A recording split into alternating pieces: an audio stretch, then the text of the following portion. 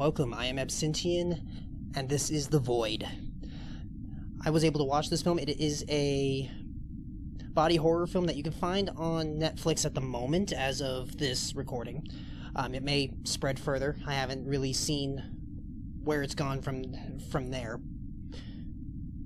But it is a film that follows a sheriff in a small town that stumbles upon a bloodied person on the road. Now, the closest hospital is one that is currently being packed up to move after a major fire. Just one doctor and then a few nurses. So he takes this bloodied man there, and once he arrives, he finds out that all of a sudden the hospital is surrounded by a cult, and they're not allowing anyone to leave the hospital. As part of some ritual, which they start finding out what is happening after that point. So while the story is mostly straightforward, it has some subplots in there that one of them works alright. They don't really go very emotionally into this plot line. It's between the sheriff and his ex-wife for a reason, and they kind of gloss over it. It's there for a moment, like, oh, he's handed a cup that she's been holding on to, so they still have something going on with each other, but there's this event that occurred that had them split up. Now, they don't really go very far into that to make you emotionally invested in that plot line. It seems like it was just placed in there to give reasoning for an event later on in the film. Then there's a second plot line that seems to be something about the sheriff's father. His boss, that ends up being in the hospital at one point or the other, makes mention of the sheriff wanting to be like his father or won't be like his father. Something like that. It was just kind of an offhanded comment, but it was mentioned a few times during it, but it never comes up later on. It felt like it was something that they wanted to put into the film, but it didn't pan out, or something happened where they took it out. But they didn't take out those lines. And so we have this plot line that was talked about, but it was not done. It wasn't completed. That's kind of something that I think is kind of a downfall on that, where they had these plot lines, but they didn't really try and invest themselves into it that much to really make it worthwhile with those.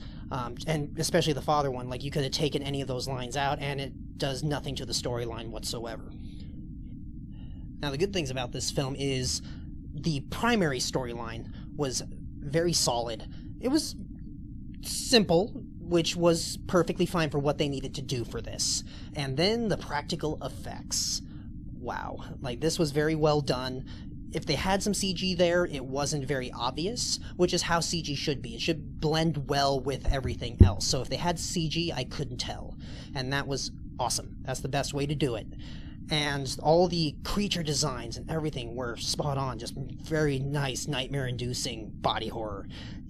Very much like The Thing, but not. I'm just saying similar to The Thing in that it's mishmashes and, like, twisted forms compared to just normal human forms. So they did a great job at that. It's really fun to see something like that.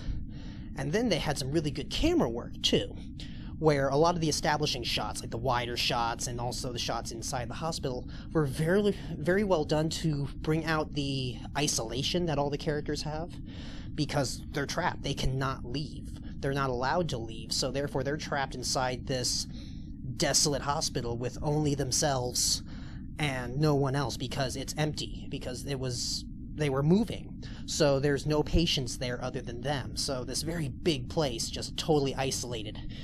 They brought that out very well. And then that oppression from outside.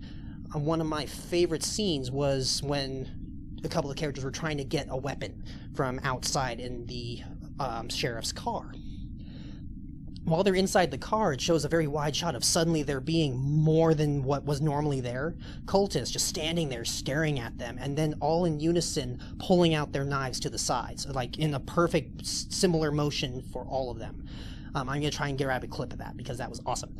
It worked very well to really make that a very creepy sequence of how organized these people are, and just how oppressive that sensation is, like this wide shot of all of them brandishing that knife.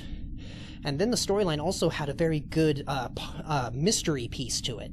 It didn't throw everything out onto the floor all at once, which I think works for this type of film, because you need to have that little bit of mystery to keep it going.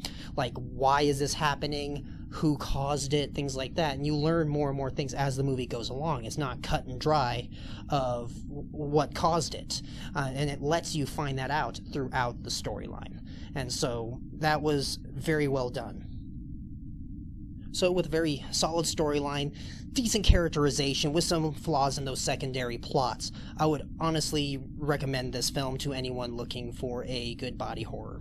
It right now is on Netflix, but take a look at other streaming sites. By the time this is probably up, maybe it's spread out from there.